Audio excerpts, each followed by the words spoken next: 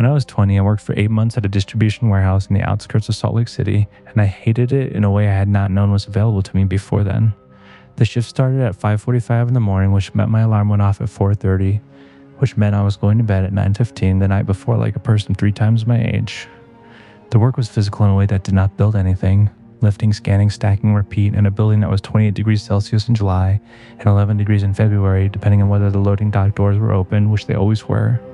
The pay was $14 an hour. My direct supervisor was a man named Craig who communicated almost exclusively through short, critical observations delivered in a tone that suggested he had run out of patience for the world around 20 years prior.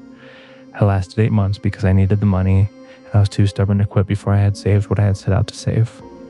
The specific misery of that job was not the physicality or the hours or even Craig. It was the monotony. The work required almost no thought, which meant my mind was free to do whatever it wanted for 9 hours a day, 5 days a week. And what it did in the absence of genuine engagement was spend its time in a low-grade running argument with the present moment. I would tell myself over and over that this was temporary. I would remind myself of the number in my savings account and do arithmetic about how many more weeks it would take to reach the target. I would construct elaborate internal narratives about where I was going, what I was building toward, how this was a chapter and not a conclusion. None of this helped. What helped was the thing I stumbled into by accident somewhere around month 4. I started using the mental space of the monotony to think, not plan. I'd been planning. Think, to actually chew on ideas without an endpoint, without a deliverable, without a screen.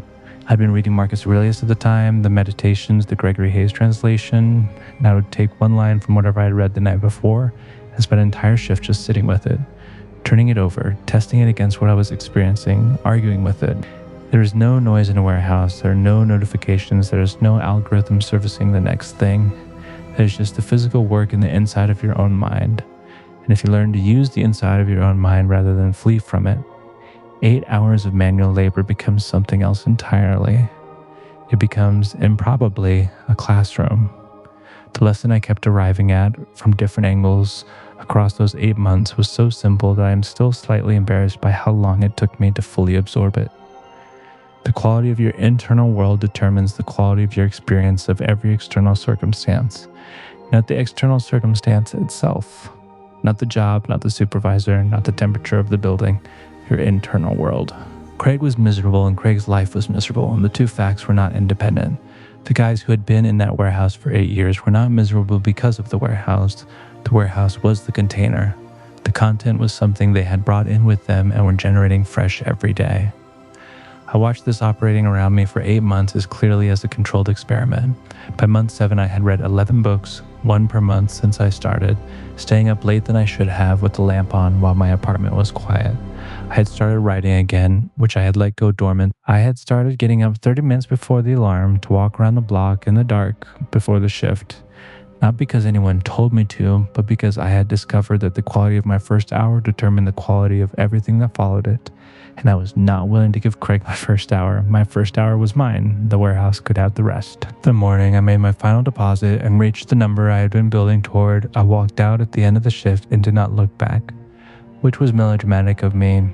But what I carried out of that building was not just the money, it was the knowledge, paid for in 8 months of early alarms and sore shoulders and Craig, that I could be in a genuinely terrible circumstance and still be the author of my own internal life. That no one can take that from you unless you hand it over. That the worst situation you have ever been in is also, if you let it be, the most honest classroom you will ever sit in.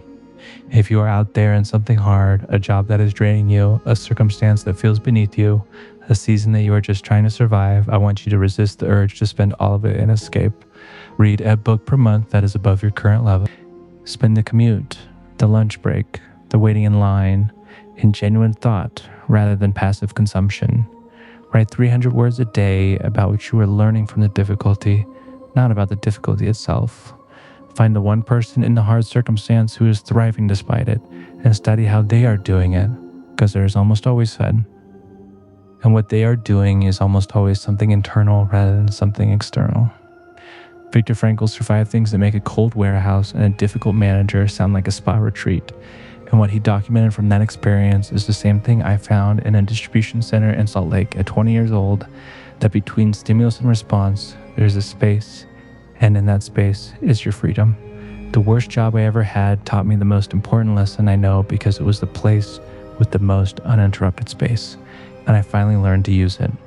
If you want to join me on my journey and see more videos like this, please consider liking and subscribing. Thank you so much for watching. Have a great rest of your day.